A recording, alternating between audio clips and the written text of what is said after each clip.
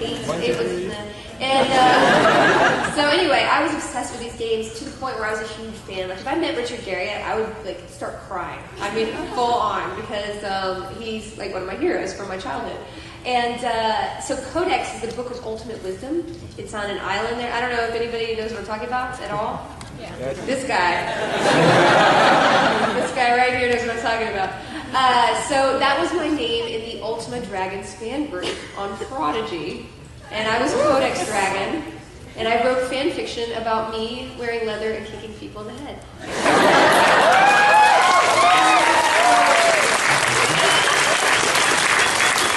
Great question. You know Neil Patrick Harris through Dr. Horrible, and people that he knows have been known to be in How I Met Your Mother. Like there's Amy Acker, there's David Brooke, and then Alison Hennigan, Alexis Demisoff was in it. So have you heard anything about possibly guest starring in an episode of How I Met Your Mother? Okay, I'll shorten that question somewhat. You're a friend of Neil Patrick Harris, and you met him through Dr. Horrible. And often, friends of Neil Patrick Harris show up on the show that he is often on, called How I Met Your Mother. Any discussion of you being on that show? First of all, I ask all my friends for jobs. I'm just kidding. I don't actually. I'm really shy about it. I mean, I would love to be on that show. In fact, I've auditioned for that show several times. Actually through my friend Allison, who's on that show. I know the director and all the writers and stuff because she's a very good friend of mine. And I know that I auditioned for a couple of roles, and they were like, it's not right, but we're definitely going to try to find a place for you. So, I mean, I can only cross fingers. It's like I said before, like when the role is right, and if they think of me and I'm available, like I would kill to be on the show because I know all those guys. And just let me say, that is the most ridiculous set ever. I was working on Dollhouse, and if you watched Epitaph 1 or 2, you know it was very grim. It was not like a happy, let's have fun and eat cookies and then shoot people. And then I would go down to visit their set, and like that set, I'm in this like post-apocalyptic outfit, and I open their door, and it's like cookies, and I swear there was like clowns juggling, like they're so happy. That set is ridiculous. They're like laughing, they're doing like outtakes, you know, it's almost absurdly nice set. So they're so lucky, and they're just such a great group of people. So I don't know, it'd be nice to work on it. Let me try for you. Yes, you. What's your opinion when it comes to MMO players? Because I know there, myself included, that a lot of MMO players relate to the guild and stuff. And, what do you think all about how the reception of the guild has been given by MMO players? The reaction of MMO players to the guild, what have you thought about that? I mean, hopefully, the irony is that when I first launched the guild, the meanest comments about the guild were on the WoW forums. I don't know if anybody play WoW? Not surprised, right? And you know the biggest douchebags are on the WoW forums. They're like the worst ass nuts ever. Sorry for your children. They're the worst. They can make you cry. Now it's Fark. There's some people on Fark who I want to punch in the face. Because I'm watching them and I see these awful comments go by, and I'm like, my brother fights a lot and he has an 8-pack. I want him to fight you. So sometimes I'm usually pretty good about trolls anyway. So that's the irony, is that early on they were like, how dare you make fun of me? And then I think it became clear that I'm not making fun of anybody. Like I was an addict of MMOs, and I still love to play MMOs. And the one regret that I have in the last couple of years is that the guild is so pervasive, and I have to do it all day every day that I can't actually play as much. So earlier this year when I was writing season 4, I took a month off for research, and I got my priest up to 80. But since then, it's just really hard because I'm a dwarf priest. That's the frustration for me, because I love the social aspects of MMOs, and I love the support group, and I resent the fact that people imply that gamers are not social, because to me, like, MMOs are the most social form of gaming, because you're sharing with other people and you're creating friendships that otherwise wouldn't be there. So I would hope always that people know that I'm not making fun of people at all. I'm just having fun with the things that we know happen in MMOs. And I would say overall the reception is really good, and I'm happy. And like I said, making gaming more mainstream is like a goal of mine, and to be more accepted, and that's what I'm proud of. So Amy, due to Felicia's influence, do you play MMO games? I don't.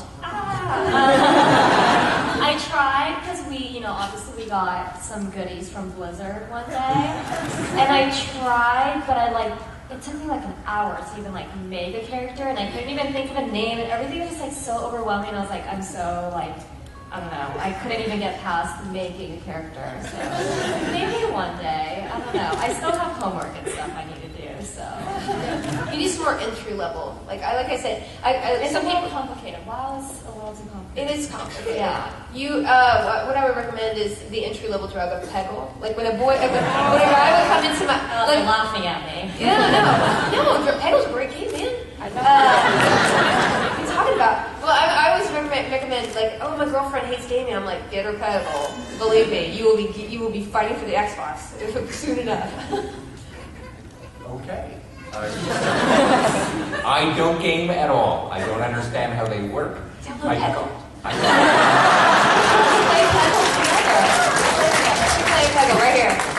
I think Amy will beat me. This is how bad I am. Yes, sir. That article in Fast Company said that you had a staff helping you out with your social networking. A staff? That seems very fancy. Yeah, no, I've always. I was wondering what your extent of involvement was with, say, Twitter and Facebook. Okay, so I don't know if that implied wrong. I mean, the guild is still me and Kim Evie, who's a small Asian lady. We do everything on the show. It's not me. She's never small Asian lady. The guild, and we also have. So at a certain point, I was doing everything. I did the website the first 2 years. I did the website. I did all the social networking, and I found myself neglecting things. I wasn't, because I was doing not only my own Twitter, but the guild Twitter, the guild Facebook, my blog, 5 other things, updating the YouTube, doing all that, And it just got to a certain point where I felt like I was not servicing the show because it was just too much. So we do have a person, Brian Kamioka, and if you're in the guild chat, you probably know him because he chats a lot. And he primarily does all the announcements for the new episodes and answers questions on the Twitter, the guild Twitter. Kim and I still answer some questions and post stuff on the guild Twitter as well. But he's the one who primarily does all that because we felt like it's such an important part of our show that I can't be like, oh, I have 40 messages in the inbox.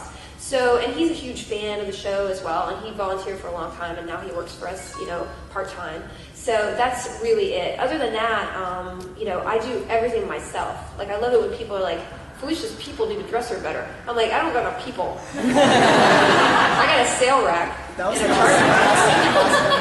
awesome outfit in the app. So yeah, the Fast Company, it was not really a staff, it's Brian. And then sometimes we, if we have a convention or something, we'll have volunteers or something, or sometimes an assistant or whatever. But that's it. I don't have a manager or a publicist or anything. Everything is done through Brian or Kim or me.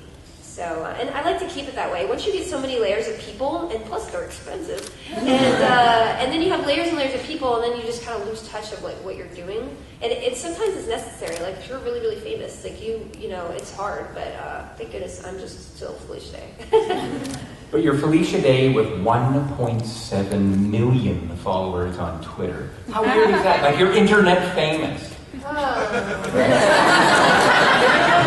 don't know. In a good way. In a good way. Yeah, okay, good. I like it. I mean, I like the fact that, I do have a lot of people who are, TV, I go out with them or something, and people are like, and they have the weird paparazzi, which is so awful. And I like the fact that people just, when they come up and, they come up with their comment or whatever, we can have a conversation because, I think with Twitter, and I think it's an advantage for everybody, you get to know people more as a person.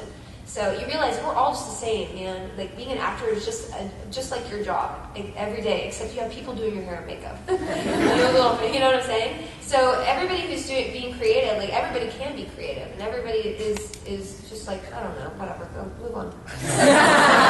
More rambling. With the staff, you get to ask the question. So it's a 2-part question. Part 1, you're free. Actually, can you stand up and answer? This is okay. Codex. We have 2 codexes actually. Yeah. Can you say it too?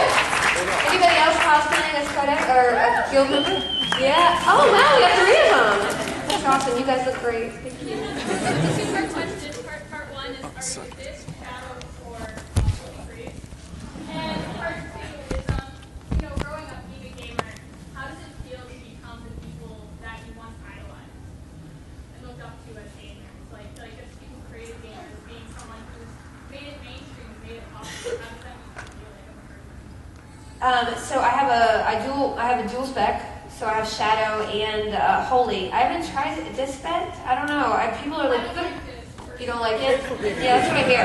So I'm not into that. I'm actually really excited about Cataclysm because I think I might play a Horde character. Yeah, right? And I was trying to level a Horde character. I have like a 22. I just started like a couple weeks ago just to get all the lore because I'd never played Horde before.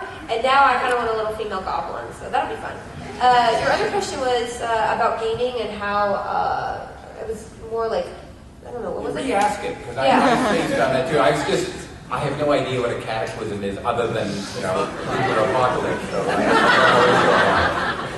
So you've been like a gamer since when you were younger and stuff, so how does it feel to kind of like become one of those people who made it popular? It never used to be popular. Oh yeah. So I admire gaming, and what does it like feel like? What's to it like kind of, making it popular? It's awesome because I get free games.